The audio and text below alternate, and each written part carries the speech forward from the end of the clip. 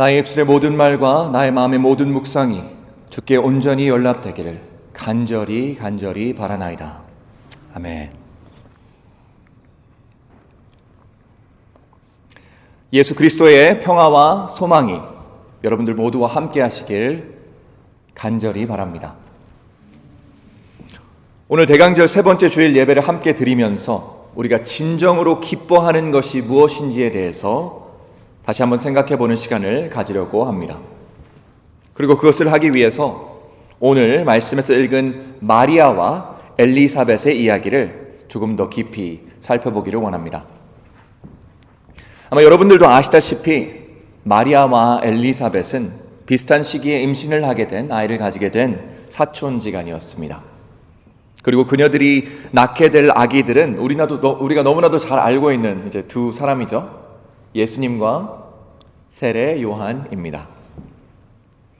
오늘 읽은 마가복음 1장의 말씀은 이 두 여인이 어떻게 만나서 서로의 임신 소식을 전하는지 우리에게 묘사해 주고 있습니다. 그리고 되게 제가 읽으면서 재밌는 구절이구나 하고 느꼈습니다.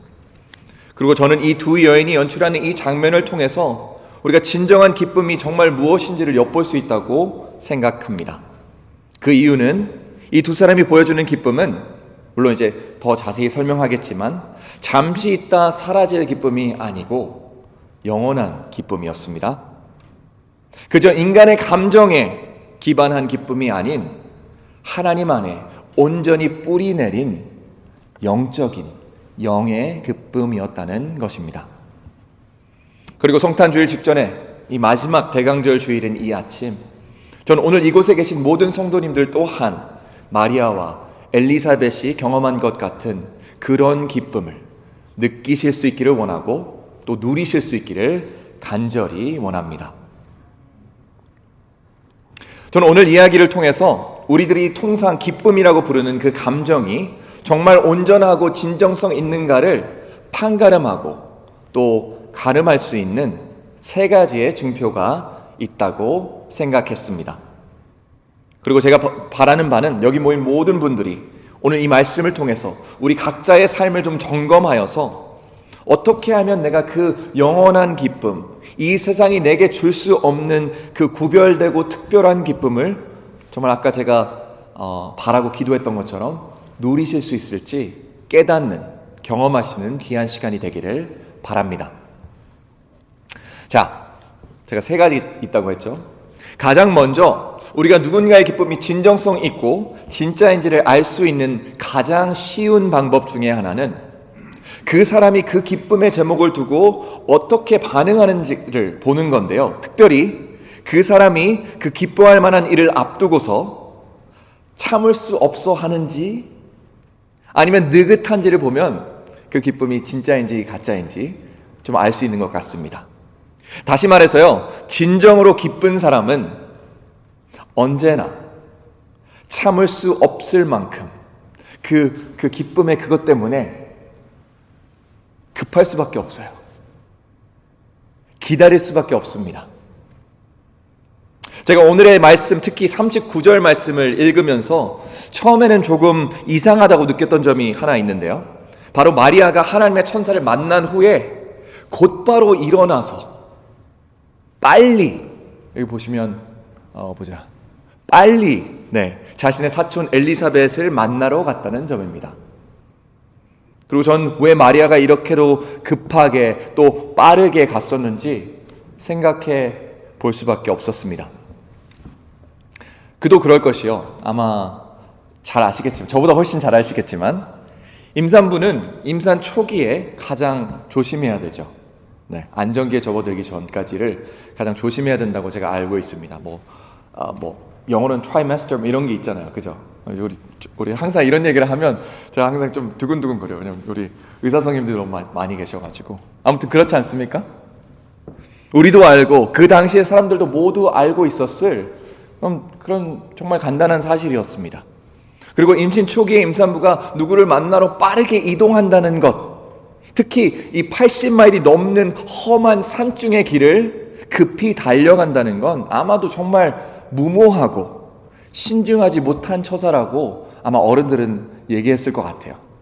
저 마리아 저거 뭐 하는 짓인가? 뱃속에 아기를 생각해야지. 그래서 우리는 물을 수밖에 없는 겁니다. 왜 그리도 급히 마리아는 엘리사벳을 만나러 간 것인가? 물론 아직 미혼인 제가, 그리고 출산의 기쁨이 무엇인지 전혀 알지 못하는 제가 무엇을 알겠습니다만, 뱃속의 아이는 마리아의 의지와 상관없이 때가 되면 언젠간 나오지 않겠습니까? 그렇죠? 그것 또한 우리가 누구나 잘 아는 사실입니다.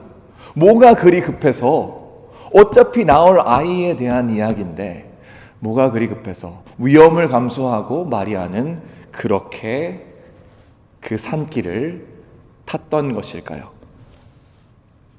성도 여러분, 마리아가 서둘러 여행길에 오른 이유는 자신의 임신의 소식이 너무나도 놀랍고 말할 수 없이 저는 기뻤기 때문이라고 생각합니다. 그 기쁜 소식을 조금이라도 빨리 사촌 엘리사벳에게 전하기 위해서였던 것입니다. 왜냐하면요, 여러분들도 아시다시피 엘리사벳은 그 누구보다 마리아가 느꼈을 그 기쁨의 감정을 공감해 줄 수 있는, 잘 알 수 있는, 그녀 또한 특별한 아기를 낳게 될 이 세상의 유일한 여인이었기 때문입니다. 그리고 오늘 이 말씀에서 볼 수 있는 이 마리아의 서두름, 그리고 이 긴박함은 여러 성경의 인물들을 통해서도 또한 볼 수 있습니다. 제가 몇 가지 소개를 해드릴게요. 예수님을 만난 삭개오가 그랬습니다. 삭개오 기억하시나요? 네?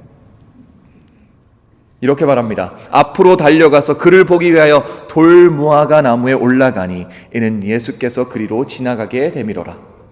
예수께서 그곳에 이르사 쳐다보시고 이르되 삭개오야 속히 내려오라. 내가 오늘 내 집에 유하여야 하겠다 하시니 급히 내려와서 주님을 영접하거늘. 그렇죠? 달려갑니다. 속히 급히 행동합니다. 비어있는 무덤을 보고 예수님의 부활의 소식을 전하러 간 여인들 또한 그랬습니다. 무덤에 갔더니 무덤이 비어있고 천사가 있습니다. 왜 여기서 예수를 찾느냐? 너가 찾는 예수는 부활하셨다. 그 여자들이 무서움과 큰 기쁨으로 빨리 무덤을 떠나 제자들에게 알리려고 다름질할세. 똑같죠? 어떻게든 빨리 그 소식을 전하기 위해 두려움과 기쁜 마음을 가지고 달려갔습니다. 마찬가지로 그 소식을 들은 베드로와 요한의 모습이 요한복음 20장에 나오는데요, 이렇게 묘사됩니다. 이거는 저는 좀 웃긴 것 같아요. 베드로와 그 다른 제자가 나가세 무덤으로 갈세. 둘이 같이 다름질하더니 그 다른 제자가 베드로보다 더 빨리 달려가서 먼저 무덤에 이르러. 꼭 무슨 경주하는 것 같죠? 어떻게든 내가 먼저 갈 거야. 결국은 요한이 먼저 도착했다고 알려줍니다. 여러분, 예수님을 기다리는 모든 성경의 인물들은 모두가 하나같이 그분의 오심을 긴박함으로, 참을 수 없는 기쁨의 감정으로 기다리고 기대한 것입니다. 이 아침 제가 여러분들께 질문하고 싶습니다. 거기에 저도 포함되어 있습니다. 과연 성탄을 준비하는 우리 안에, 성탄절을 한 주 남겨둔 우리 안에 이 거룩한 조급함과 이 거룩한 긴박함이 있나요? 주체할 수 없는 흥분과 기쁨으로 예수님을 만날 그 날을 기다리며 기대하며 그렇게 하고 있나요? 아니면 혹시 이렇게 생각하시나 않으시나요?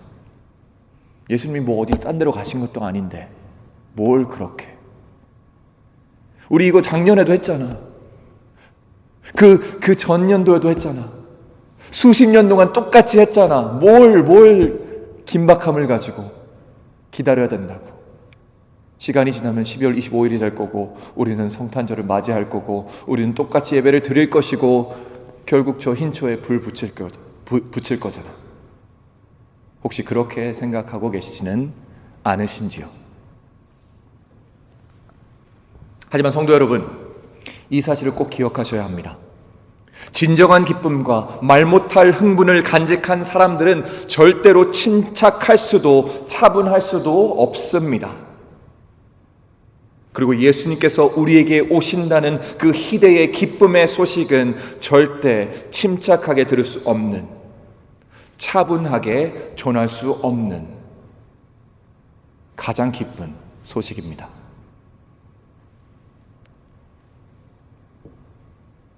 우리의 기쁨이 진정한 기쁨인지 알 수 있는 두 번째 표시는 바로 그 기쁨이 우리들의 삶의 상황을 극복하고 있는지 아닌지를 살펴보면 됩니다. 제가 2주 전에 요셉의 이야기를 한번 그 설교 조금 이상했죠. 이제 요셉의 그 입장이 되어서 한번 상상해보는 그런 시간을 아마 가졌습니다. 우리가 그 요셉의 이야기를 살펴보고 다뤘던 부분이기도 한데요.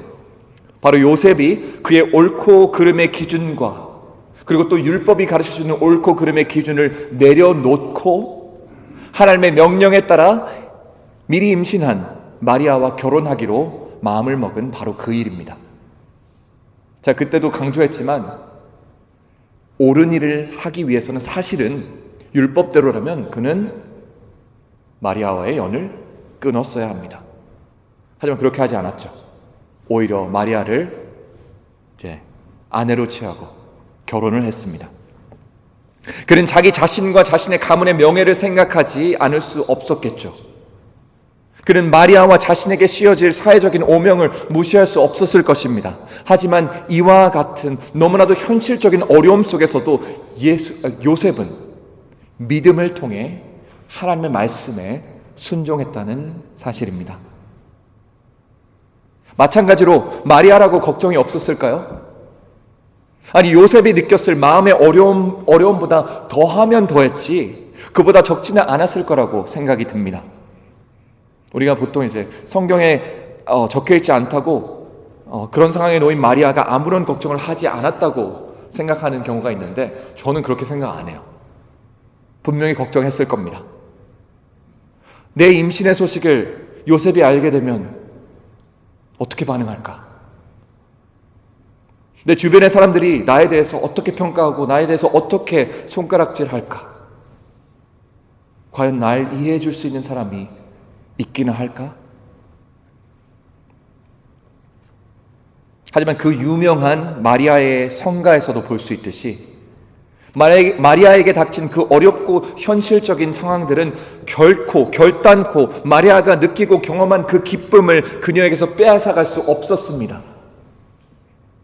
왜냐하면 마리아의 그 기쁨의 노래에는 단 한 톨의 걱정이나 머뭇거림도 찾아볼 수 없기 때문입니다. 어떻게 그럴 수 있었을까요? 어떻게 그 상황을 극복하는 기쁨을 누릴 수 있었을까요?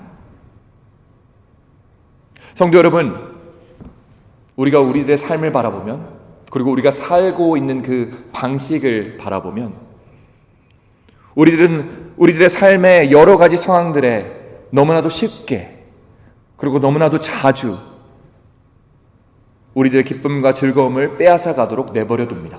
이런 일이 생기면 기뻐할 수 없어. 감사하기 힘들다. 좌절합니다. 실망합니다. 그리고 그 상황들이 되려 우리의 삶을 좌지우지하게 내버려 둡니다. 여러분, 제가 이 자리에 서서 여러분들이 매일매일 직접 살아가고 계신 여러분들의 삶의 실질적이고 현실적인 어려움들을 단순화하거나 과소평가하려고 하는 것이 절대 아닙니다.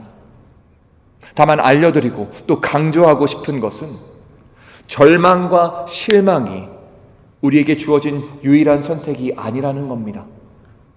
어려움이 닥쳤을 때 좌절하는 것만이 우리가 가지고 있는 선택이 아니라는 것이죠. 그리고 여러분들께 권고하고 또 도전하고 싶습니다. 여러분들의 영혼을요, 지키십시오. 여러분들의 삶의 작은 일순간의 표면적인 것들이 그리스도 안에서 찾은 영원하고 무궁토록 아름다운 것들을 상하지 않을 수 있게 여러분들의 마음과 영혼을 지키시기 바랍니다. 누군가가 무지함으로 내뱉은 말 한마디에 여러분들의 마음과 영혼이 다치지 않을 수 있도록 기도하십시오. 이 일리노이의 이 차갑고 침울한 날씨가 정말 겨울이 싫거든요. 여러분들의 영을 움츠리도록 내버려 두지 마십시오. 저 어머니가 항상, 여기는 이건 제가 쓴 거 아닌데 기억이 갑자기 나는데, 어렸을 때 제가 비 오는 걸 되게 싫어했었어요. 그리고 이제 비가 오면 좀 이렇게 침울해지고, 왜 또 비 오지? 나는 해가 나는 게 좋은데 막 그랬나 봐요. 항상 어머니께서, 나다나, 날씨와 같은 이 작은 것 때문에 너의 마음이 상하고 너의 기분이 울적해지게 내버려 두지 말라고. 우리의 기쁨이, 우리의 즐거움이 어디에 있는지를 기억하면 된다고 하셨습니다. 날씨에 있지 않죠? 하나님께 있습니다. 그리스도에게 있습니다. 그리고 오히려 시편 기자가 선포하는 것처럼 여러분들 자신에게 선포하십시오. 여호와를 바라는 너희들아, 강하고 담대하라.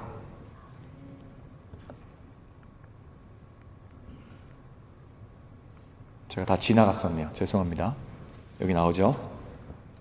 여러분들의 기쁨은요, 우리가 오늘 경험하는 이 기쁨은요, 모든 것을 넘어서고 압도할 만큼 크고 놀라운 기쁨임을 기억하시기 바랍니다. 그리스도가 우리에게 오셨다는 그 기쁨이니까요. 하지만 결국 이 세상이 우리에게 줄 수 있는 일시의 기쁨과 하나님으로부터 온 기쁨을 구분할 수 있는 가장 결정적인 요소는 이제 세 번째 요소입니다. 바로 우리 안에 거하시는 성령 하나님이십니다. 우리가 이제 크리스마스 분위기 혹은 크리스마스 정신이라고 부르는 이 시기에만 느낄 수 있는 특유의 어떤 그런 분위기 있잖아요. 무드나 그런 걸 영어로 우리는 Christmas Spirit이라고 얘기합니다. 영어권에서는. 그리고 이 Spirit이라는, 영이라는 용어를 이렇게 쓰는 이유는 아마도 이제 특정 절기나 행사 때 우리 내면에서 느끼는 무엇인가를 이제 말 못할 그걸 설명하기 위해서 그러는 것 같아요. 이제 보이지는 않지만 이렇게 흐르고 있는 그런 분위기들, 영들. 하지만 성도 여러분, 진정한 크리스마스의 정신, 그 성탄의 스피릿, 영은요, 우리가 서로 주고받는 선물이나 카드에 있지 않다는 걸 꼭 아시기 바랍니다. 각종 파티와 흥겨운 캐롤과 맛있는 음식과 흐드러지는 불빛들과 크리스마스 트리에 있는 것이 아니라는 것이죠.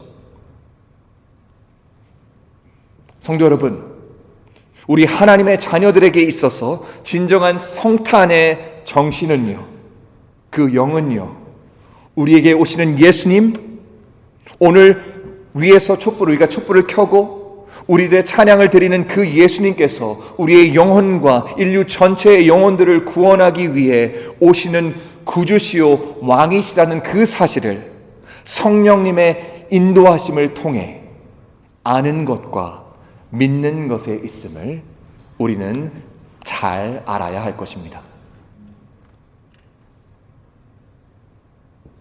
엘리사벳이 마리아가 문안함을 들으매 아이가 복중에서 뛰노는지라. 엘리사벳이 성령의 충만함을 받아 큰 소리로 불러 이르되 여자 중에 내가 복이 있으며 내 태중의 아이도 복이 있도다 라고 누가복음 1장에서 말하고 있습니다. 또한 세례 요한의 아버지인 스가랴가 성령 충만함을 받아 곧 오실 메시아인 예수에 대한 예언적인 노래를 부르는 것을 우리가 볼 수 있습니다. 그가 성령에 충만했을 때요.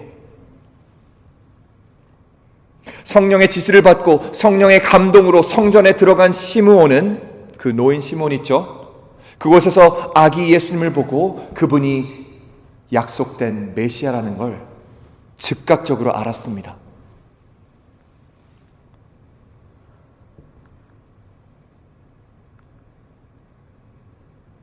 그리고 하나님의 영으로 충만했던 마리아는 그렇게도 유명한 마리아의 찬가를 기쁨으로 불렀습니다. 마리아가 이르되 내 영혼이 주를 찬양하며 내 마음이 하나님 내 구주를 기뻐하였음은 그의 여중의 비천함을 돌보셨습니다. 보라 이제 후로는 만세의 나를 복이 있다 일컬으리로다.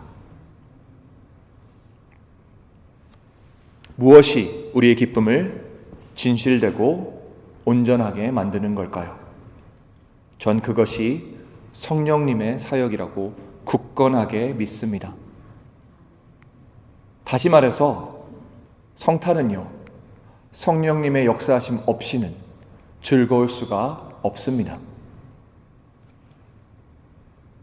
그렇기에 혹여나 우리 안에 진심으로 성탄을 축하할 마음이 들지 않을 때에, 그럴 수 있죠. 우리가 예수 그리스도에 대해서 생각하고 묵상하기 어렵고 싫을 때에 그럴 수도 있죠. 우리가 처한 삶의 상황들이 녹록치 않아서 전혀 기뻐할 수 없을 것 같을 때에 다시 한번 그럴 수 있죠. 여러분, 성령 하나님께 의지하고 기도드리지 않으시겠습니까? 저와 함께 이와 같은 기도를 드리지 않으시겠습니까? 오 하나님의 영이시여, 마리아와 엘리사벳과 요셉과 스가랴와 시므온의 마음에 감동을 주신 성령 하나님, 오늘 이 시간 우리의 마음 가운데도 역사하셔서 오늘 처한 우리들의 상황 너머를 볼 수 있는 눈을 허락하여 주시옵소서. 현재의 감정에 함몰되지 않게 하셔서 우리들 구세주 안에서 진정한 기쁨을 보고 찾게 하여 주시옵소서. 우리가 이렇게 기도할 때 신실하신 성령님께서 우리의 마음의 기도를 들어주시고 우리의 마음을 변화시켜 주실 거라 저는 믿습니다. 제가 여러분들에게 성탄의 기쁨이 누구로 인한 것인지, 누구로부터 나오는 것인지, 그 기쁨의 근원이자 원천이 누구인지 따로 알려드리지 않아도 된다고 생각합니다. 아실 테니까요. 왜냐하면 그건 너무나도 당연하게 예수 그리스도시기 때문입니다. 맞죠? 하지만 이와 동시에 보이지 않고 손에 잡히지 않는 것으로 인해 기뻐하는 일이 쉽지 않다는 사실 또한 인정합니다. 저도 잘 알아요. 보이지도 않는 거, 나한테 뭐 딱히 이익도 안 되는 것 같은데 내가 어떻게 기뻐하는 거지? 그리고 그렇기 때문에 저는 오늘 저의 설교를 마무리하면서 마리아와 엘리사벳의 고백을 다시 한번 주목하고 싶은데요. 특별히 저에게 와닿았던 부분은 바로 45절입니다. 45절에서 엘리사벳이 마리아에게 한 말입니다.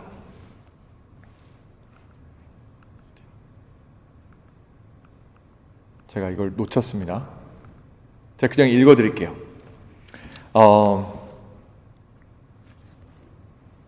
이렇게 말합니다. 주께서 하신 말씀이 반드시 이루어지리라고 믿은 그 여자에게 복이 있도다. 네. 여러분, 엘리사벳이 마리아에게 무슨 말을 하는지 다시 한번 잘 살펴보시기 바랍니다. 엘리사벳이 마리아가 복이 있다고 말한 이유는 그저 마리아가 그냥 아이를 임신했기 때문에 복이 있다고 얘기한 게 아니에요. 오히려 마리아가 복된 이유는 마리아가 하나님의 약속을, 그리고 그 약속이 반드시 이루어지리라고 믿었기 때문입니다. 그런 마리아를 보고 엘리사벳이 복이 있도다 라고 말한 거예요. 그리고 마리아가 믿은 하나님의 약속은 바로 이것인데요, 그가 큰 자가 되고 지극히 높으신 이의 아들이라 일컬어질 것이요 주 하나님께서 그 조상 다윗의 왕위를 그에게 주시리니 영원히 야곱의 집을 왕으로 다스릴 것이며 그 나라가 무궁하리이다. 이는 그가 자기 백성을 그들의 죄에서 구원할 자이심이라 하니라. 누가복음과 마태복음의 말씀입니다. 마리아와 엘리사벳이 느낀 기쁨은 그저 어머니가 되는 것에 대한 모성의 기쁨이 아니었습니다. 여기 어머니 되신 분들 많이 계신데 제가 그거를 이제 뭔가 이렇게 단순화시키고 또 과소평가하려고 하는 게 절대 아닙니다. 그 기쁨이 크시죠? 그렇죠? 아이를 낳는 그 기쁨, 그리고 그 키우는 기쁨. 그런데요, 오늘 성경이 우리에게 얘기해 주는 것은 그것 이상의 기쁨이 있다는 겁니다. 그들의 기쁨과 축복은 곧 태어나게 될 아기 예수가 어떤 사람으로 성장할지 믿음의 눈으로 바라볼 수 있었기 때문에 가능했습니다. 그 아이가 무엇을 이 세상에서 이룰지를 확신하는 그 믿음에 기반한 것이었다는 사실입니다. 그리스도 안에서 형제 자매된 우리 성도 여러분, 마리아가 그리고 엘리사벳이 본 것을 우리 또한 이 아침 볼 수 있기를 간절히 바랍니다. 참을 수 없는 긴박한 마음으로, 상황과 처지를 극복하고 넘어서는 그 기쁨의 마음으로, 성령님의 안위하심과 격려하심이 깃든 그 마음으로 우리에게 오실 아기 예수님을 볼 수 있길, 우리의 치료자이자 친구이자 왕이자 구세주로 오시는 예수 그리스도를 이 대강절 기간 동안, 그리고 우리 남은 일생 동안 보시고 만나시고 경험하실 수 있는 우리 모든 성도님들 되시길 주님의 이름으로 간절히 축원합니다. 기도하시겠습니다. 사랑의 하나님, 감사합니다. 우리에게 오시는 그 주님을 우리가 기쁨으로 마주하기를 원합니다. 우리의 삶이 고단하여 우리가 너무나 현실적이어서 우리가 성탄절을 수없이 보내왔어서 더 이상 기뻐할 수 없는 우리들이 있습니다. 더 이상 성탄이 우리에게 큰 의미로 와닿지 않는 경우가 있습니다. 하지만 이 아침 우리가 기도하는 것은 성령 하나님, 우리 마음 가운데 믿음의 눈을 뜨게 하여 주셔서 우리에게 구원자로 오시는 주님, 우리를 살리는 자로 오시는 주님, 죽어 마땅한 우리들을 하나님의 자녀로 삼으시는 그 놀라우신 예수 그리스도의 오심을 볼 수 있도록 도와주시옵소서. 우리가 할 수 없으니 성령 하나님께 의탁합니다. 우리의 눈으로는 볼 수 없으니 성령 하나님 보게 하여 주시옵소서. 그 기도의 마음을 품고 온전한 기쁨을 누리며 그 누구도 뺏어갈 수 없는 가장 완벽한 기쁨을 누리며 나아갈 수 있는 우리 모든 성도님들 할 수 있도록 주님 도와주시옵소서. 감사를 드리며 예수님의 이름으로 기도합니다. 아멘. 아멘.